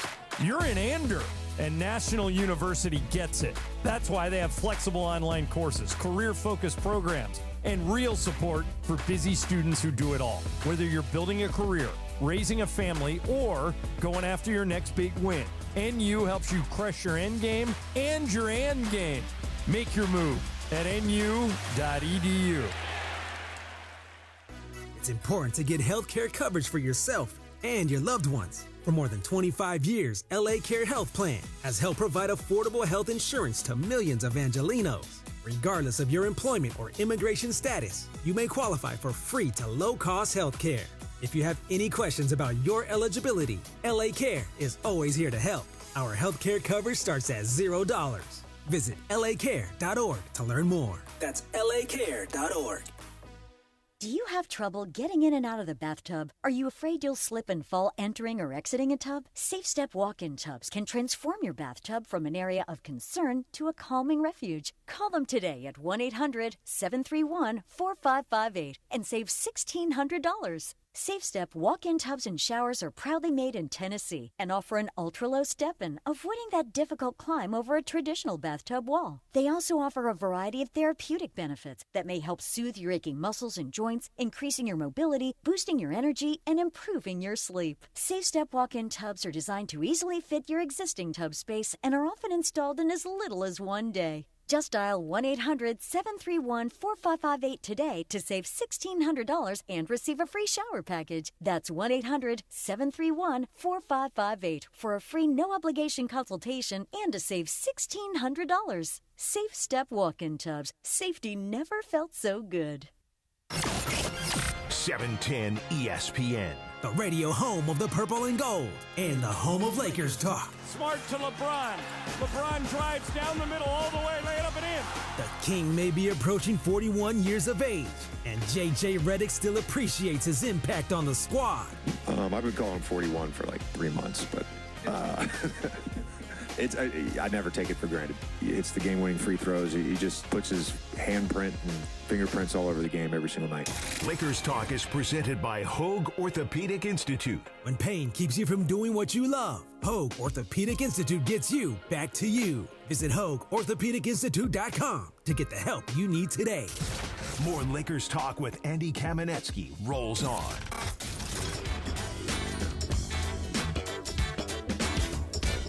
Lakers Talk, Andy Kamenetsky, ESPN LA 710. We're going to be joined in about 15 minutes by Jacob and Ronnie. Oh, it's your boy, man, Bootsy.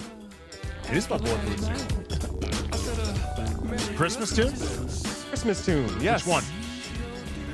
What is it, DeAndre? Merry Christmas, baby.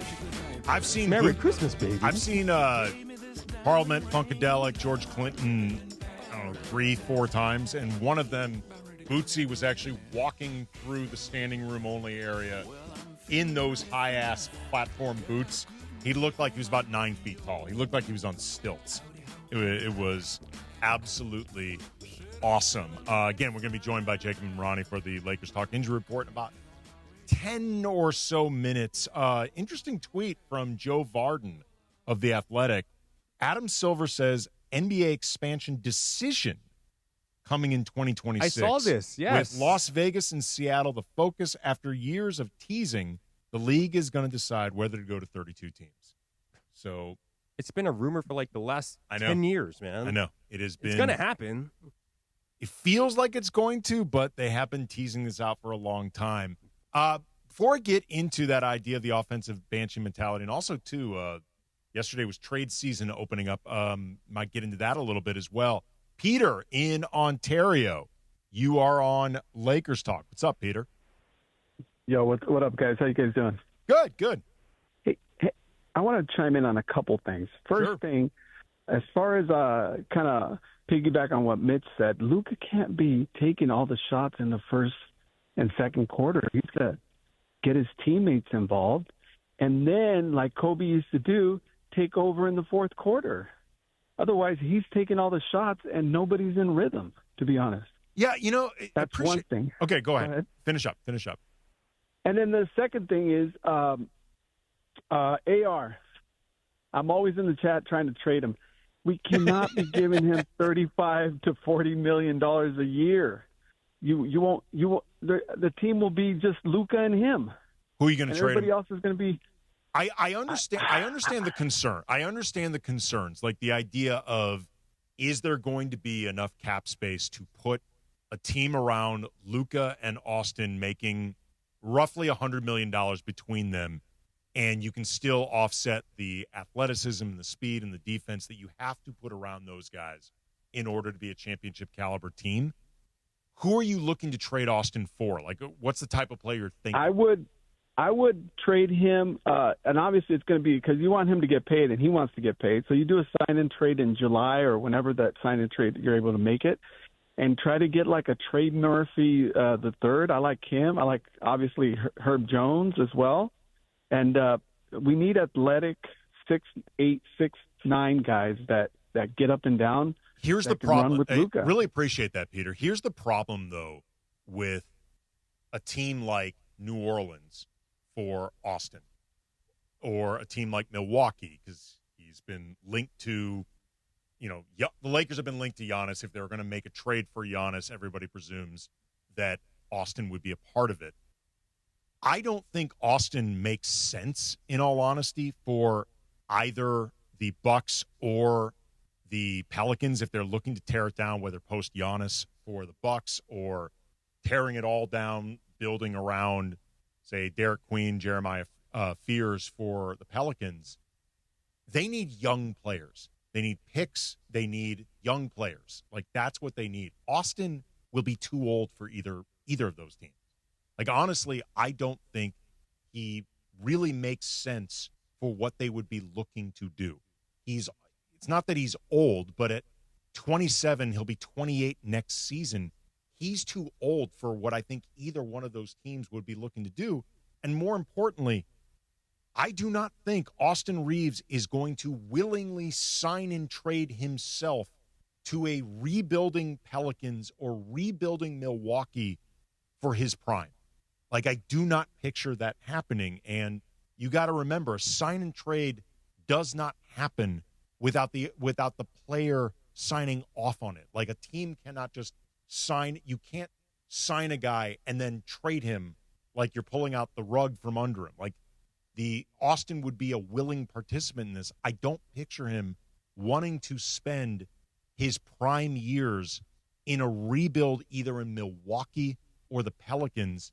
And there are going to be other teams around the league with cap space. Like, putting aside the fact that the Lakers clearly see Austin as a foundational piece moving forward and like him, and Austin, by all appearances and everything I've ever heard, loves being a Laker. Like, there will be other teams that would be interested in him, but I just cannot picture him. He can get a bag other places. Like, he actually can get a bag. I would be stunned, frankly, DeAndre, if he said, all right, you know what, I'm going to spend my prime year. Maybe he would decide, you know what, sign the deal, go there, eventually ask for my trade, figure it out then. But I would be surprised, like, frankly, shocked if he put himself in that position. And I think teams know that too. Like, they're not going to get into the Austin Reeves business knowing that he's just going to walk in the offseason. Well, you know what I mean? Knowing that he can just go to another team this offseason. Well, that's what I think hurts him both as a trade piece right now.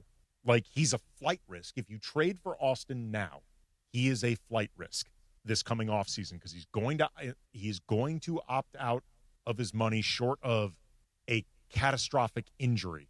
He is going to opt out of his contract and become an unrestricted free agent. And I don't picture him willingly taking part in some type of sign and trade to a really bad franchise for his prime, especially when there are other teams he could go to that would have options. So I think people need to understand, if the Lakers wanted to trade Austin Reeves, they probably should have done it like a year ago. Like, they really should have done it a year ago when the other team could have had time to build Austin into their culture and make him really want to stay. Like, it's ironic because he's having thus far a career best season, but in a lot of ways, I think his trade value is the lowest it's been since he's been with the Lakers, just because of that flight risk. Really quick, DeAndre, before we break and then we get to Jacob, what type of players would you be looking to target for trades now that trade season is officially open? I saw one that was proposed, but it was like more of a package deal. So like the Kings that we talked about on the afternoon show, as far as Keon Ellis and Malik Monk, I would stay out of the Malik Monk business because he doesn't offer what the Lakers desperately need, and that's defense. But Keon Ellis, however, is interesting because he can shoot the ball, relatively good three-point shooter, and he also defends at a good level. The Herb Jones thing is always going to be interesting to me because that's like the ideal, like, okay, athletic wing, but also can still space the floor out, can move without the ball. Like, Herb Jones is another ideal. I mean, those are like the two. I was like, okay, as far as like just names, the honest business, stay out of that. There's no need to try to the whole pairing superstar with a superstar. I feel like that's ran its course. Like, teams, they see the way they're structured now. They got their superstar, but they also got all-stars, but they also got guys who fulfill their roles to a higher level. That's why you see OKC having success, because one person can be out of the rotation, none of them's coming right in and doing the same exact impact on the floor. So, like, maybe, like, those type of guys, like, good, solid role players who there's no drop-off as soon as they come in the game. By the way, the Spurs are now up 94-87 as the third quarter is about to close. Victor Wembanyama up to 16 points. So I guess he is just pacing himself towards eventual dominance. Man of the Year award, huh? That's crazy. That would be pretty nuts. All right, coming up next, the Lakers Talk Injury Report. Jacob and Ronnie is going to be joining us. Lakers Talk, 710 ESPN. History lives in the Lakers. Kobe, Magic, Kareem, all the greats. And with LeBron James and Luka Doncic, we are witnessing history being made right now. The excitement never ends, and every bounce, every bucket, every moment seems to only get more exciting. You can catch every Lakers moment from way back then till now at the official Lakers YouTube channel. Get the sickest, latest highlights, in-depth behind-scenes access, historical moments cemented in time, and more at Lakers YouTube. And subscribe now. If a Lenovo computer for your business is on your holiday list, don't shop around. Just go directly to the source, Lenovo.com. It's your last chance to get exclusive deals on the PCs you want for your business, like the ThinkPad X9 14 Aura Edition and Yoga 7i 2-in-1. So avoid all that shopping chaos and price comparing, and just go directly to the source, Lenovo.com, where PCs are up to 35% off. That's Lenovo.com. Lenovo.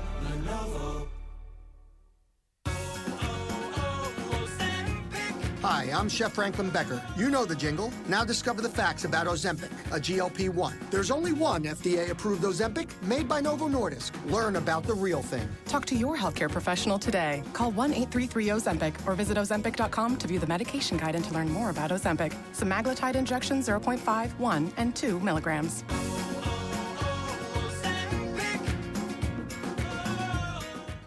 The champion has landed. Lionel Messi's exclusive wine is here, and he chose Mortada Imports, the only place in the U.S. to get it. Stop searching. The 10 Goat Primitivo Puglia is the bottle every sports fan needs to own. This is your chance to celebrate like a champion. It's history in a bottle. Don't miss this winning opportunity. Pre-sale is happening now. Go to messywine.com. That's messywine.com. Own the legend. Individuals and businesses with tax problems, listen carefully. Do you feel like you're losing control of your finances? If you owe over $10,000 in back taxes or have unfiled tax returns, we can help you take back control. The IRS is the largest and most aggressive collection agency in the world, and they can seize your bank accounts, garnish your paycheck, close your business, and file criminal charges. Take control of your tax problem now by calling the experts at U.S. Tax Shield and take advantage of the Fresh Start program and new laws that may allow us to negotiate a settlement for the lowest amount possible. Our team of tax attorneys and enrolled agents can stop collections and get you protected so you can take control of your financial future. U.S. Tax Shield offers a price protection guaranteed quote to get you protected today. U.S. Tax Shield is A+ rated with the Better Business Bureau, so call now. 800-687-5192. That's 800-687-5192. U.S. Tax Shield. 800-687-5192. More Lakers talk with Andy Kamenetsky rolls on. LeBron and Dylan Brooks have had some run-ins in the past, and it happened again on Sunday night. What do you think of his approach when he plays your teams in particular? I just like to compete. He's going to compete. I'm going to compete. We're going to get up in each other's face. Try not to go borderline with it. You know, I don't really take it there. But we just compete. Did that almost all the way to the end of the game. Lakers Talk is presented by Hoag Orthopedic Institute. When pain keeps you from doing what you love, Hoag Orthopedic Institute gets you back to you. Visit HoagOrthopedicInstitute.com to get the help you need today. And all new Lakers Talk is on right now. Back to Andy Kamenetsky.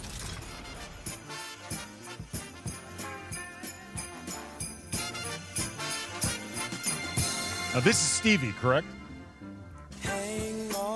Donnie Hathaway. Donnie Hathaway. Yes, sir. Donnie Hathaway. Stevie's got a Christmas song that I think kind of has the same vibe. Yeah, he does. That's what I was thinking it was from the introduction. Lakers Talk.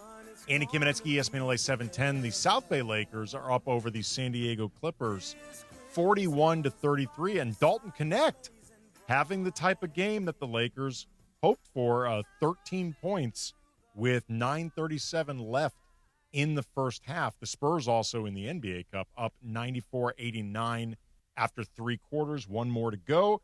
We are joined now by Jacob and Ronnie for the Lakers Talk Injury Report, brought to you by the Call Jacob Injury Hotline, the only number LA trusts after an accident, 800-345-6789.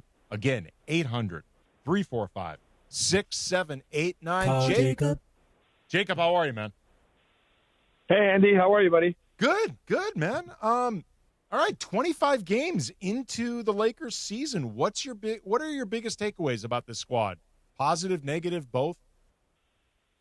Listen, I love this squad. I think, I think seeing what Luka was doing in the offseason, getting ready to actually come in and take the reins here and lead the team was something that all of us as Lakers fans were excited. And I think he has definitely lived up to expectations.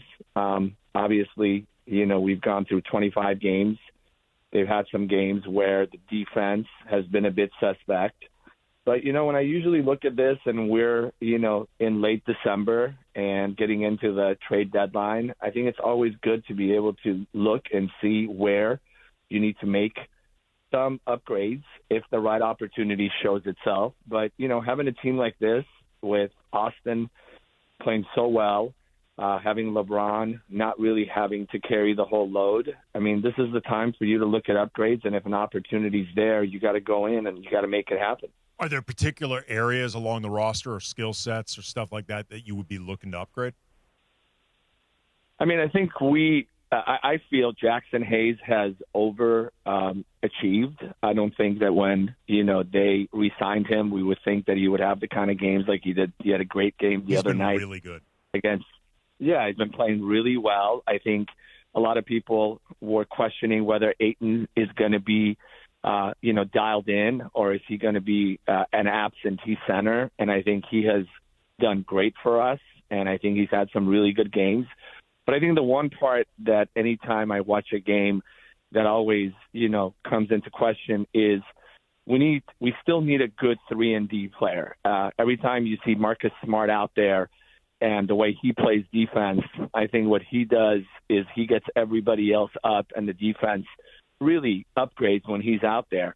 But I don't think you can only count on him. And I think, the Laker defense still needs to improve. I think when you go up against the likes of an OKC that moves and plays so fast, you need to have some young legs, a good 3-and-D that can help them out. So, if I was making a decision, that would be the first place I would look.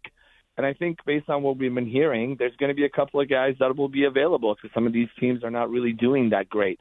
So it should be an exciting next few weeks before we get to February 5th. Talking with Jacob and Ronnie for part of the Lakers Talk Injury Report, brought to you by the Call Jacob Injury Hotline, the only number LA trusts after an accident, 800-345-6789. As far as injuries go right now, really it's Austin Reeves with this calf strain.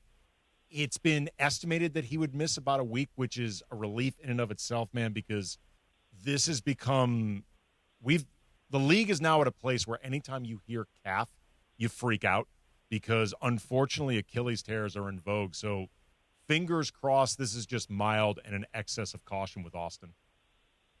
Yeah, absolutely. And I don't think you have to rush to bring Austin back. And I think one of the great things about, what the Lakers are doing is they're not going to rush him back. And I think with the mentality of the new ownership, I think you're going to have people that are, in the club that are going to be even an upgrade in terms of how to take care of the players. But I think really the most important part here is that you see Austin, even on the bench, is still so involved, still, pumping up, his team. And I think this gives an opportunity to some of the other players to hopefully step up. This is a team that's got a lot of players, but you only have one ball. And I think we saw with the return of LeBron, Austin had to kind of find his way because now you got to get the ball to LeBron. Luka's going to do his thing. He starts off really strong, or at least that's what he does in the first quarter, and then he tries to set the tone. So I think right now with Austin out, you get an opportunity, and you should be able to give some of the other guys a chance. And I know that earlier you were talking about Dalton Connect, and he is somebody – the only way you can tell how much he can give you is he needs to get playing time. And, he's a shooter.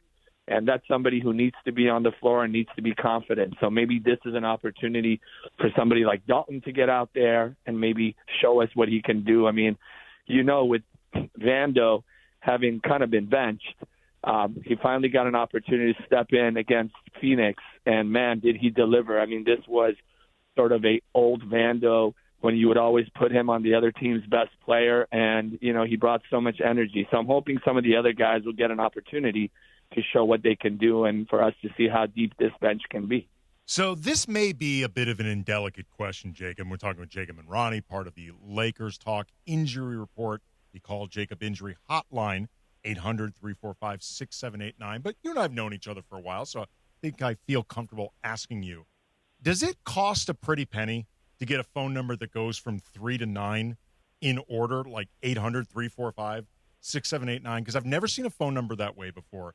And it feels like a very obvious way to get people to remember your number. Like there's nothing easier than 345 6789.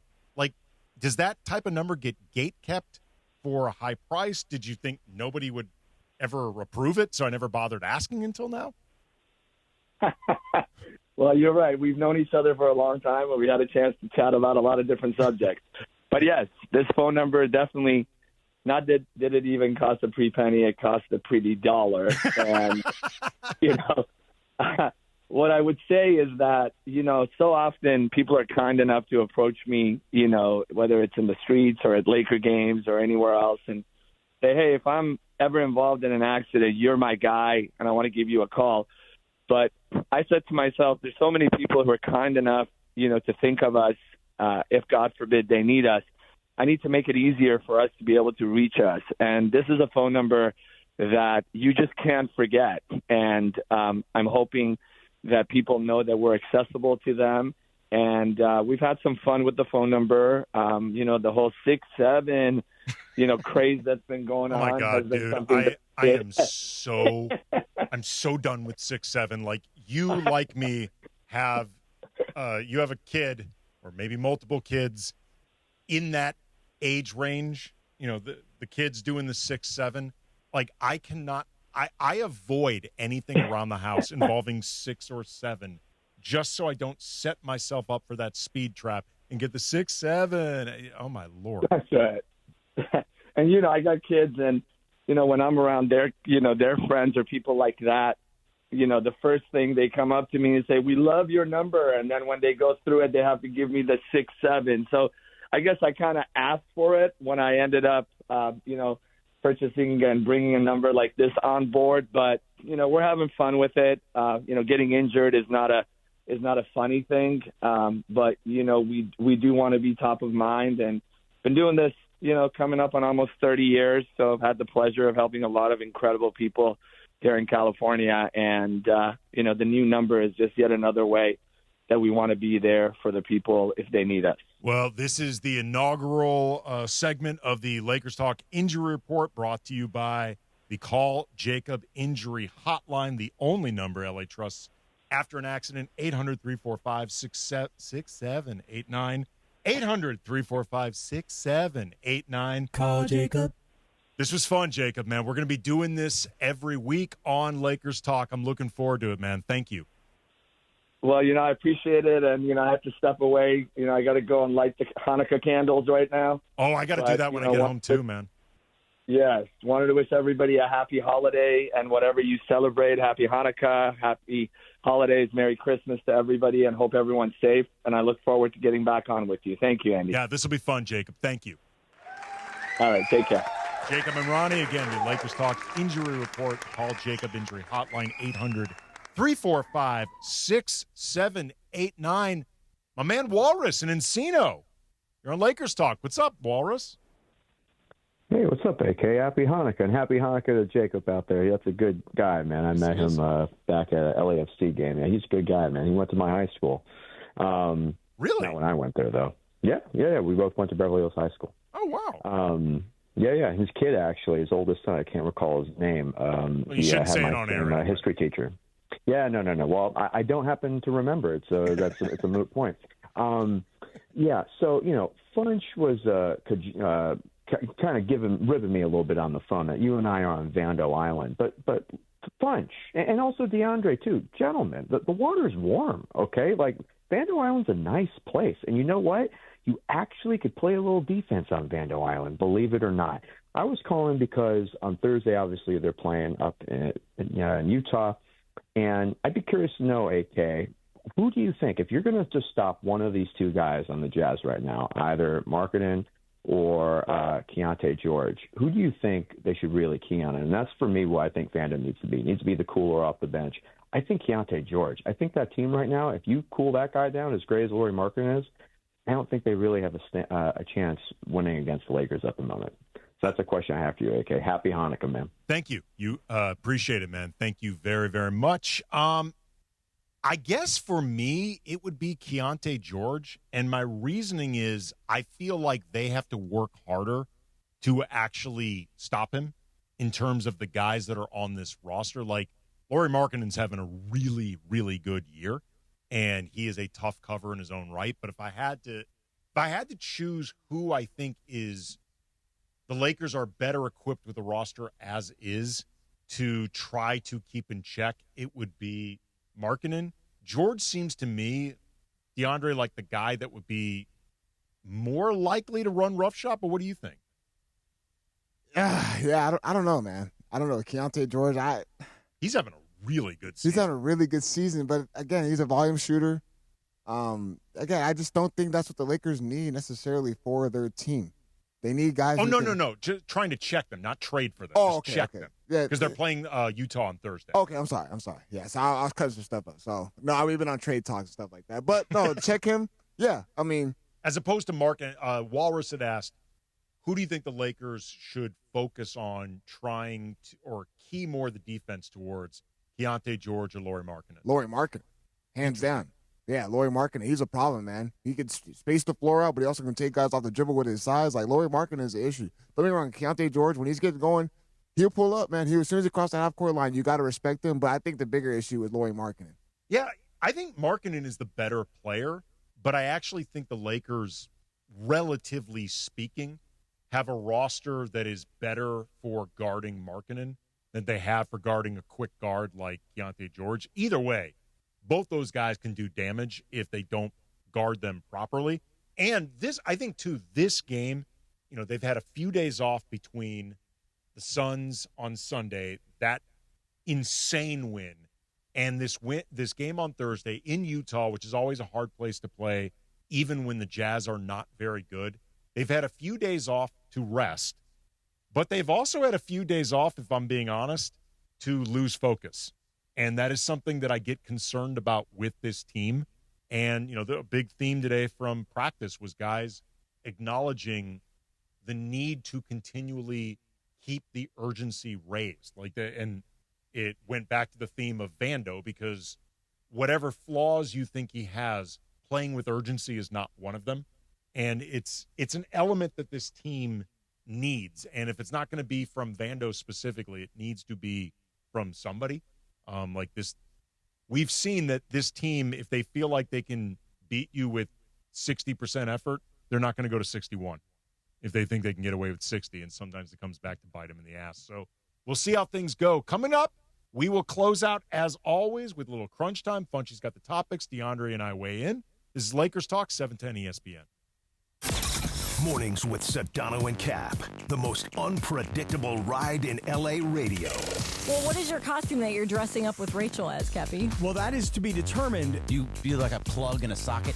Cappy doesn't mind a plug in a socket. I was going to ask you, Greg, if you and Mean Gene go as a plug in a socket, who's who? That's a good question. It really depends on the night, Cappy. The morning show with Sedano and Cap. Weekdays starting at 7 a.m. on 710 ESPN, the all-new ESPN LA app, and streaming live on YouTube.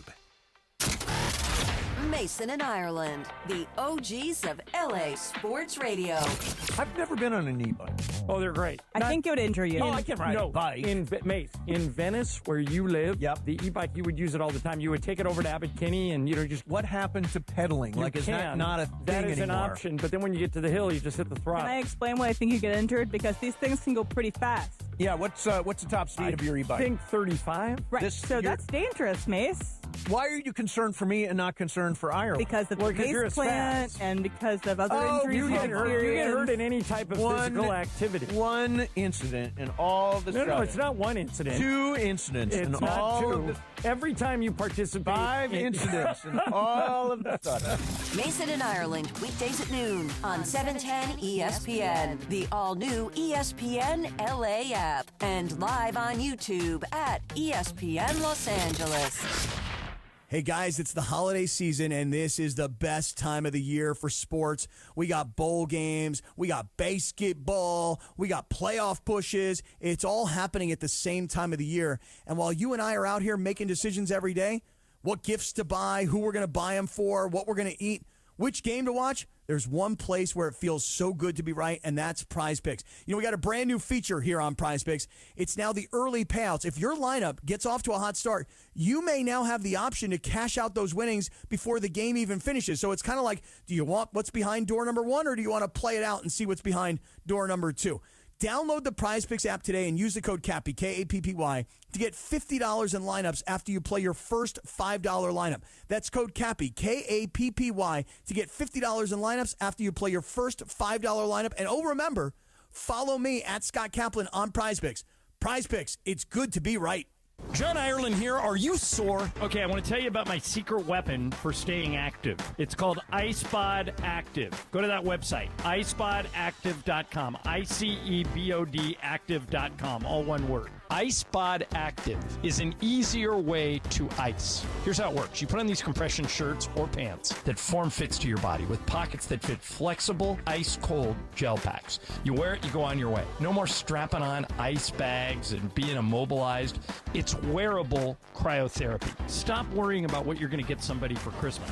Go to iSpotActive.com and you're taken care of. If they don't like it for any reason, 30-day money-back guarantee. But my guess is you're not going to return it. Everybody I know that has bought one of these things truly loves it. Inventory is going fast. And if you use the coupon code LA710, you get 20% off till the end of the year. Get yours today. You won't be sorry at iSpotActive.com.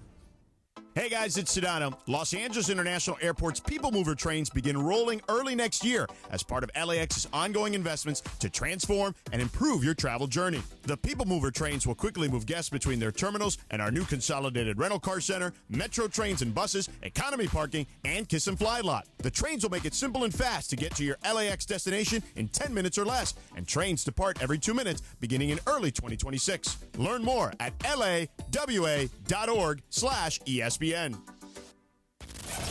It's crunch time on Lakers Talk. When the clock is ticking and it's all coming down to the wire, you know what that means. This is crunch time.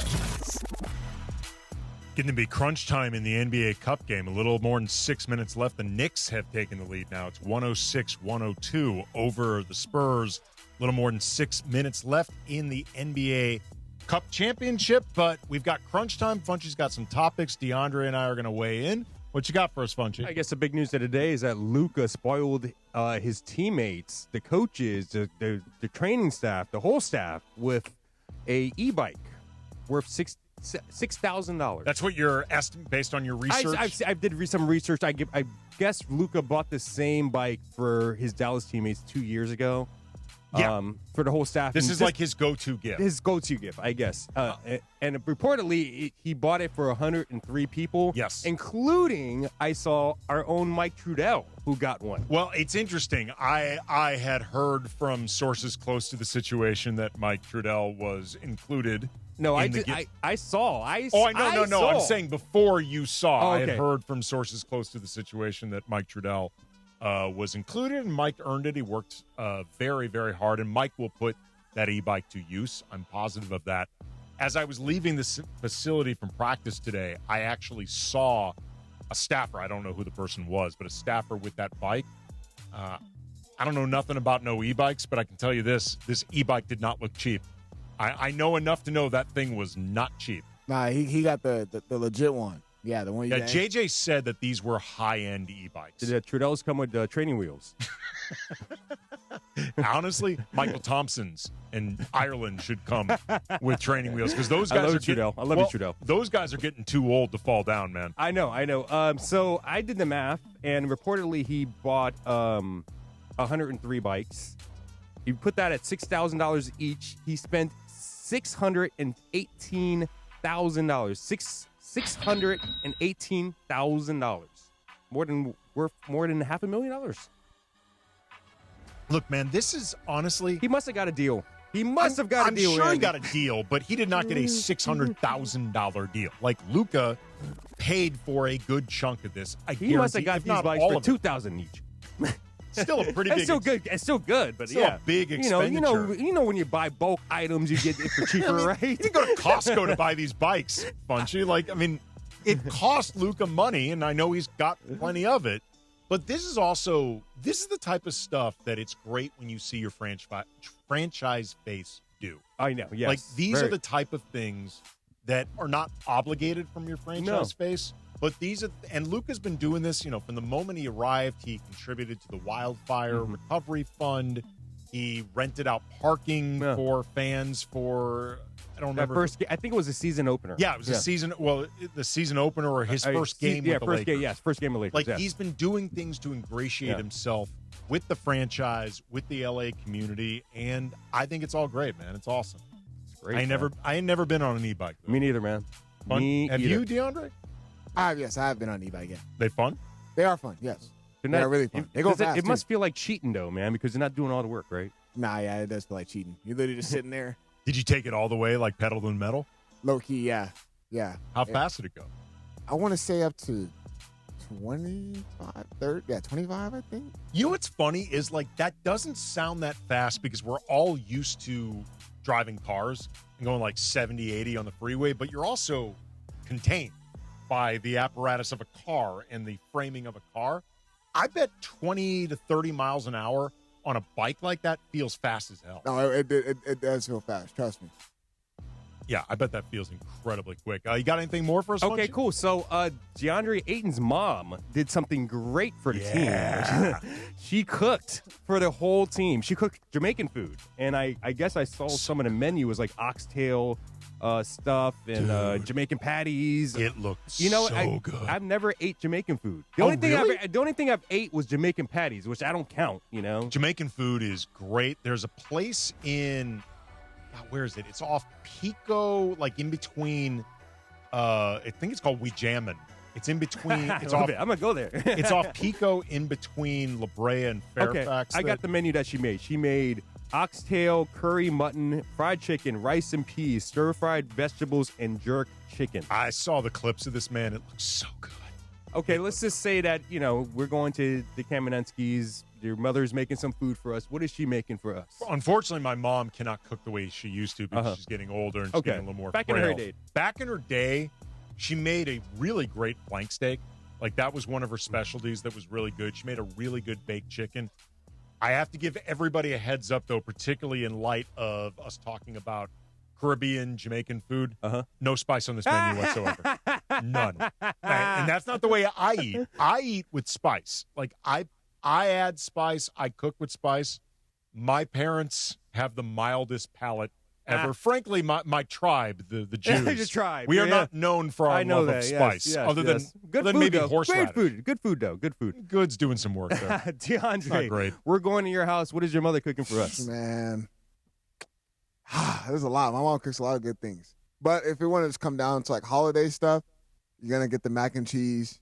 You're gonna get the greens. You're gonna get the cornbread. You're gonna get I'm going to your house, man. You're gonna Sounds get that. good.